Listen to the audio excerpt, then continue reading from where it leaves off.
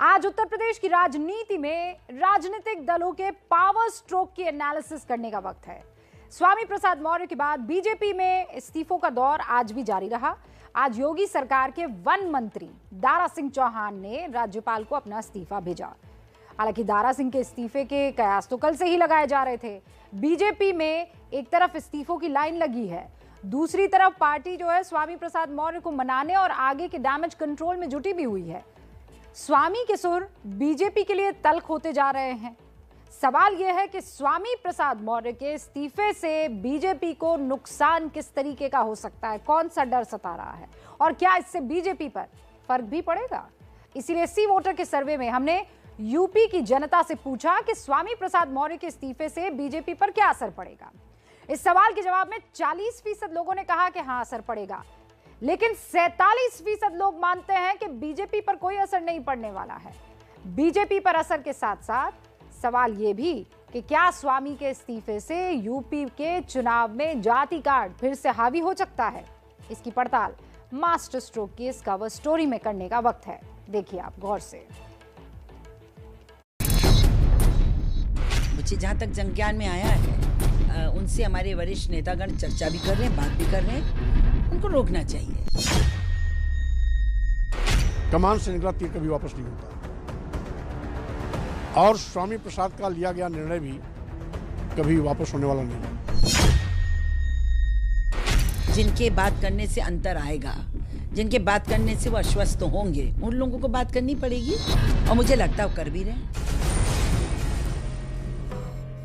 मान मनोबल की कोशिश जारी है। अमित शाह जी का फोन आया था आपके पास और केशव मौर्य जो लगे हुए हैं। कौन टेलीफोन कर रहा है, कौन नहीं कर रहा है, मैं उसको अटेंड नहीं कर पा रहा हूँ।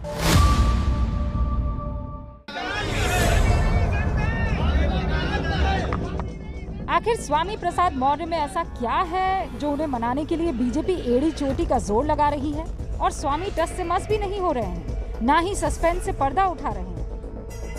कौन आएगा कौन नहीं आएगा 14 जनवरी को स्पष्ट हो जाएगा। खिचड़ी भोज होगा उस दिन सारे नेताओं का।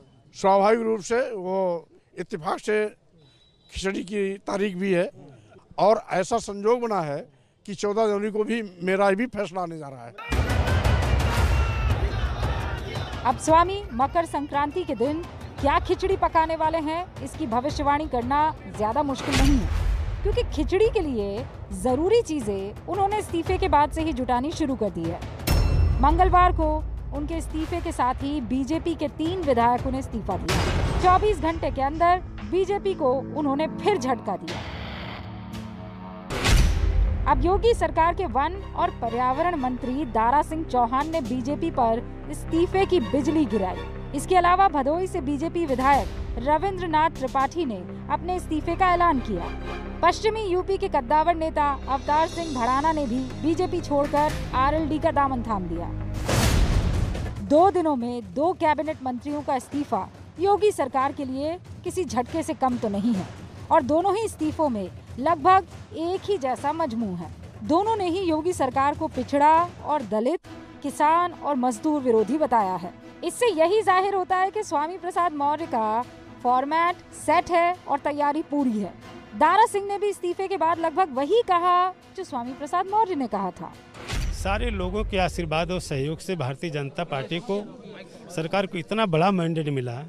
पूर्ण बहुमत की सरकार बनने के बाद 5 साल तक अपने हकूक़ के लिए, अपने लिए न्याय के लिए गुहार करते रहे, लेकिन उनकी सुनी नहीं गई। कई बार मैंने अपनी बात को मैं बताता रहा, अपने लखनऊ से लेकर के ऊपर के नेताओं तक, लेकिन मेरी बात को अनसुनी कर दिया गया और इस अनसुनी के नाते आखिर में मुझे आज निर्णय लेना पड़ा कि मैं त्यागपत्र दे दिया। स्वामी प्रसाद मौर्य और एक एक करके उनके समर्थकों के इस्तीफे से बीजेपी को झटके पर झटका लग रहा है, क्योंकि मौर्य की इस बिसात से बीजेपी को उस वोट बैंक के खिसकने का डर सता रहा है जिसके दम पर उसने पिछले चुनावों में अखिलेश के कोर वोट बैंक को बौना कर दिया था।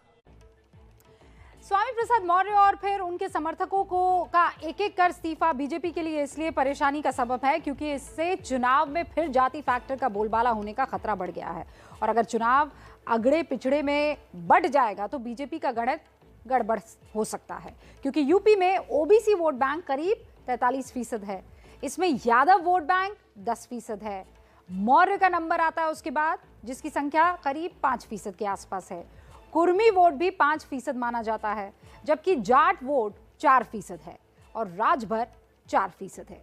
इतनी ही संख्या निषाद और केवट जाति की भी है, जबकि लोधी 3% है और अन्य ओबीसी की संख्या 6% आप देख रहे हैं उसके आसपास है।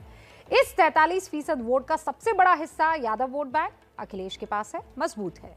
लेकिन उसके बाद मौर्य वोट बैंक आता है, जिसमें स्वामी प्रसाद मौर्य का प्रभाव माना जाता है। मौर्य वोट बैंक से यूपी के 13 जिलों की सीटें प्रभावित होती है। कौन सी? फर्रुखाबाद, इटावा, औरैया, हमीरपुर, झांसी, ललितपुर, बदायूं, फिरोजाबाद, एटा, मिर्जापुर, मैनपुरी, हरदोई, कन्नौज, कानपुर देहात, जालौन। इन सभी इलाकों की कुल सीटों की जो संख्या है वो करीब 105 के आसपास है। यानी स्वामी प्रसाद मौर्य के जाने से अगर लड़ाई अगड़ा पिछड़ा में बदल जाती है तो बीजेपी को 105 सीटों पर नुकसान उठाना पड़ सकता है और इसीलिए बीजेपी नहीं चाहती कि चुनाव में जाति कार्ड चले। दूसरी तरफ अखिलेश जाति का नाम लिए बगैर वोटों को अब गिनती और प्रतिशत में जोड़कर अपना समीकरण समझाने में लगे हुए हैं। जो अब की का चुनाव है वो अगर लोग सोच रहे हैं कि जातीय आधार पर होगा तो गलत सोच रहे हैं, क्योंकि होगा तो ये बिल्कुल विकास के नाम पर। और मोदी योगी जी ने जो किया है विकास और जिस तरह से जनता तक वो पहुंचे हैं, तो ये चुनाव तो बीजेपी के पक्ष में ही जाएगा। आज 80% वोट समाजवादी पार्टी और गठबंधन जितने सहयोगी दल उनके साथ है और 20% जनता भारतीय जनता पार्टी से नाराज है। अगर 80% समाजवादी पार्टी और सहयोगी दलों के साथ जनता है और 20% अगर जनता खिलाफ है तो भारतीय जनता पार्टी का साफ होना उत्तर प्रदेश से निश्चित है। यूपी में पिछले विधानसभा और लोकसभा चुनाव में बीजेपी गैर यादव पिछड़ा वर्ग का बड़ा वोट हासिल करने में कामयाब रही और कुर्सी तक पहुंची भी, जबकि अखिलेश इसी वोट बैंक में सेंध लगने से अर्श से फर्श पर आ गए।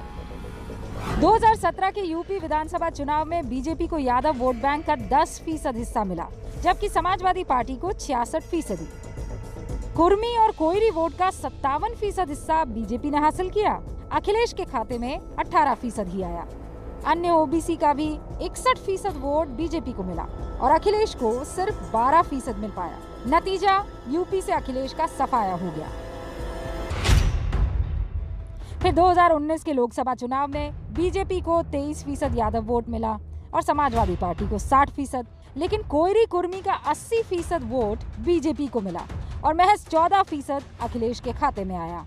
अन्य ओबीसी के 72% ने कमल पर मोहर लगाई और सिर्फ 18% साइकिल पर सवार हो पाए। नतीजा यूपी से ही बीजेपी और उसके सहयोगियों ने 64 सीट हासिल कर ली।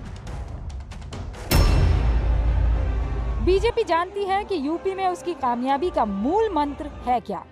स्वामी प्रसाद मौर्य और उनके बाद पिछड़ा वर्ग के नेताओं के इस्तीफे से बीजेपी को अपने ओबीसी वोट बैंक में सेंध लगने का डर तो सता रहा है। इसीलिए बीजेपी परेशान है और विपक्ष को कुर्सी के सपने आने लगे हैं। एक तो स्वामी प्रसाद मौर्य जी ने कभी कुछ बोला नहीं 5 साल में। चुनाव के पहले जाने का मतलब कुछ और भी होता है, वो खुलासा वो खुद ही करें तो ज़्यादा अच्छा है। अब देखिएगा, अब शुरू हो जाएगा आज से कि स्वामी प्रसाद मौर्य जी के समर्थन में बयान आने शुरू हो जाएंगे।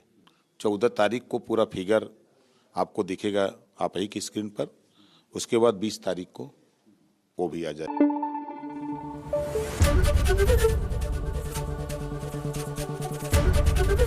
एबीपी न्यूज आपको रखे आगे।